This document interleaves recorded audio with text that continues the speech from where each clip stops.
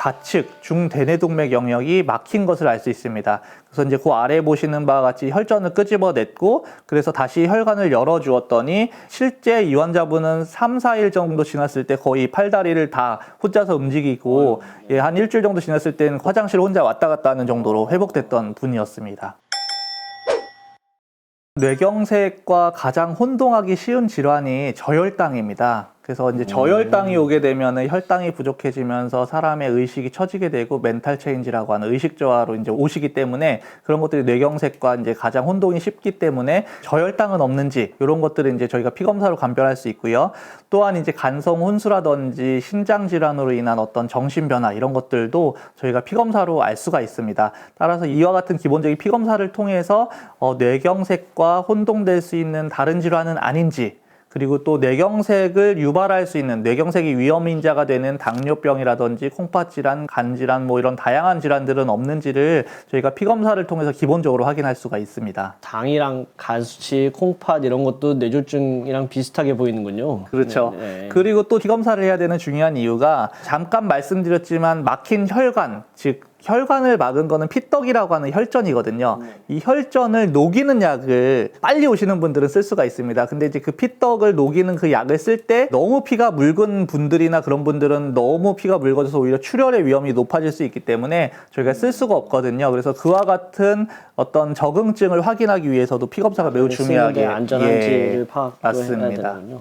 심전도는 어떤 것 때문에 필요한 거죠? 심전도는 지금 사진에 보면 이렇게 뾰족뾰족한 그런 파형들이 나오지 않습니까? 그게 심장이 이렇게 뛸 때 뾰족 이렇게 올라가는 QPRS 파형인데요.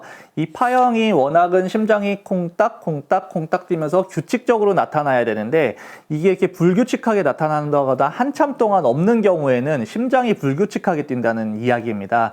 이런 경우를 저희가 부정맥이라고 하고 가장 대표적인 질환이 많이 들어보셨을 텐데 심방세동, 심장이 불규칙하게 뛰고 그로 인해서 심장에서 혈전이 만들어지게 되는 그런 질환을 말하게 됩니다. 따라서 이와 같은 심방세동 같은 것들을 뇌경색의 가장 대표적인 원인 중에 하나인데요. 이와 같은 심방세동을 발견하기 위해서 심전도를 찍게 됩니다. 흉부 엑스레이, 폐는 사실 뇌랑 크게 관련이 없는 부위 아닌가요? 그렇게 생각하실 수 있을 것 같습니다. 지금 사진에서 보이시는 바와 같이 양쪽에 까만 부분이 폐이고요. 그 가운데 있는 이렇게 약간 굴곡이진 그런 모양이 심장과 관련된 혈관들을 보여주는 사진인데 폐를 보려고 하는 것은 아니고요. 심장 비대라든지 대동맥 질환과 같은 심장과 관련된 질환들은 없는지를 확인하게 됩니다. 네네.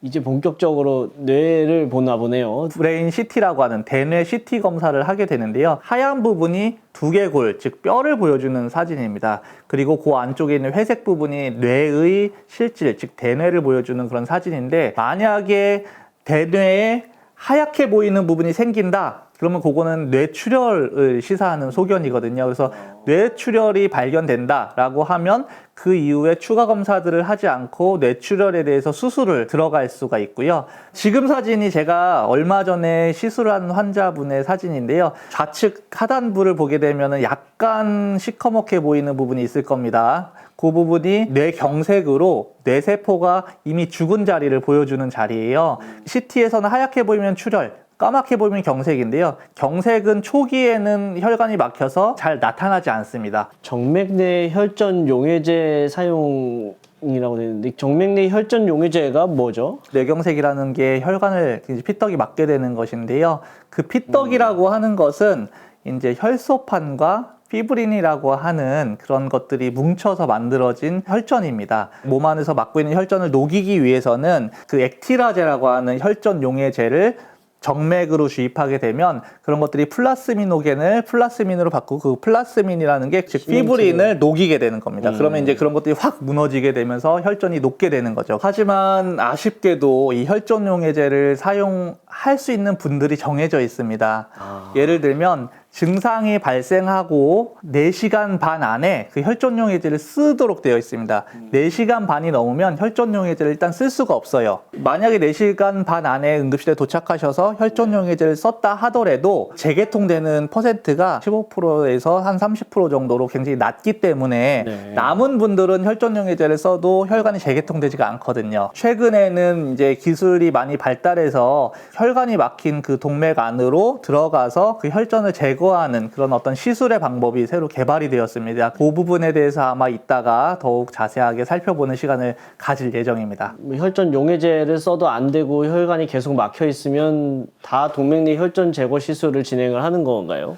그런 것은 아니고 이제 관류 영상을 이때 같이 참고하게 됩니다. 관류라는 게 뭐냐면 하나의 동맥이 그 피를 공급하게 되면 피가 얼마나 빨리 얼마나 많이 가는지 이런 것들을 보여주는 영상이고요. 좋은 프로그램이 이미 나와서 그런 프로그램을 이용하는 그런 병원들도 있습니다. 그래서 죽은 자리와 죽을 자리를 구분해서 저희가 얼마나 많이 죽었는가 그리고 얼마나 많이 살릴 수 있는 자리가 있는가를 봐서 저희가 그 동맥내 혈전 제거수를 결정하게 되죠. 이 사진을 보시면 좌측에 있는 사진은 빨간 부분이 거의 대부분이지 않습니까? 노란 부분은 거의 없지 않습니까? 왼쪽에 있는 사진은 이미 죽은 자리가 너무 많은 자리고 우리가 재개통을 해줘도 살릴 수 있는 세포가 적은 분의 사진이고요. 우측에 있는 분은 이제 우리가 만약에 막힌 혈관을 뚫어주게 되면 저 노란 부분은 다 살릴 수 있는 그런 부분이에요.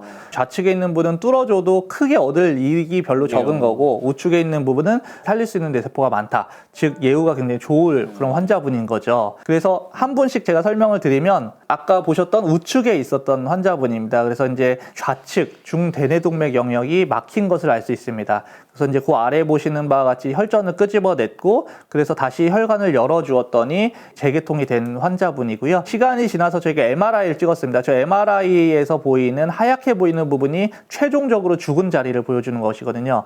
그럼 좌측 사진과 비교해보면 빨간 부분과 거의 하얀 부분이 거의 일맥상통하는 것을 알 수 있습니다. 그래서 이미 처음에 죽었던 자리는 나중에도 죽었고 노란색 부분으로 보였던 죽을 자리들은 다 살아있는 것을 볼 수 있죠. 이와 같은 분들은 저희가 동맥내 혈전 제거수를 시행하면 굉장히 예후가 좋고 실제 이 환자분은 3, 4일 정도 지났을 때 거의 팔다리를 다 혼자서 움직이고 한 일주일 정도 지났을 때는 화장실 혼자 왔다 갔다 하는 정도로 회복됐던 분이었습니다. 다음 환자는 네, 이 환자분은 보시는 바와 같이 우측 중대뇌동맥 영역에 이미 죽은 그런 어떤 뇌세포가 많았던 환자분이고 우측 중대뇌동맥이 막혀 있는 것을 볼 수 있습니다. 그래서 저 아래에 보시는 혈전을 끄집어냈고 성공적으로 끄집어낸 이후에 혈관이 재개통된 것을 알 수 있습니다. 최종적으로 죽은 뇌세포를 확인하였을 때 처음에 빨갛게 보였던 죽은 자리들이 그대로 다 죽어 있는 것을 확인할 수 있어서 이 환자분은 사실은 좀 예후가 좋지 않았던 그런 경우를 보여주는 케이스입니다. 정리를 해보자면 앞서 이제 두 환자분을 비교해서 제가 이제 설명을 드렸는데요. 결국 응급실로 이제 환자분이 오셨을 때 CT 영상을 봐서 출혈이 없는지를 확인하고요. 만약에 출혈이 있으면 뇌출혈에 대한 치료를 하게 되고요.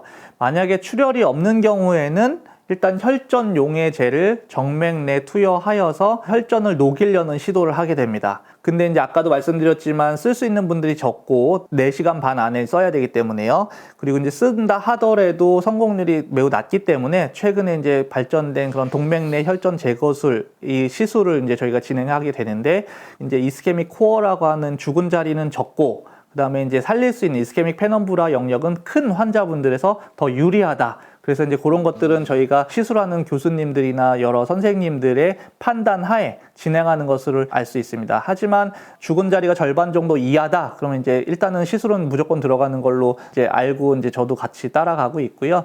절반 이상 죽어 있다면 사실은 조금 리스크를 고려하여서 판단해서 들어가지 않는. 지금은 사실은 응급실 레벨에 오셨을 때 환자분들께서 어떤 검사들을 하고 왜 하는지에 대해서 저희가 설명을 드렸던 부분이고요. 이 동맥내 혈전 제거술을 어떻게 하는지가 사실 또 궁금하실 수 있을 것 같으세요. 그래서 이 부분은 아마 이제 우호걸 교수님께서 조금 더 자세히 설명해 주실 거라 생각이 됩니다. 아마 시청자분들도 잘 교수님 말씀 이해하셨을 거라 생각이 됩니다. 오늘 영상이 도움이 되셨다면 구독, 좋아요, 알림 설정 부탁드립니다.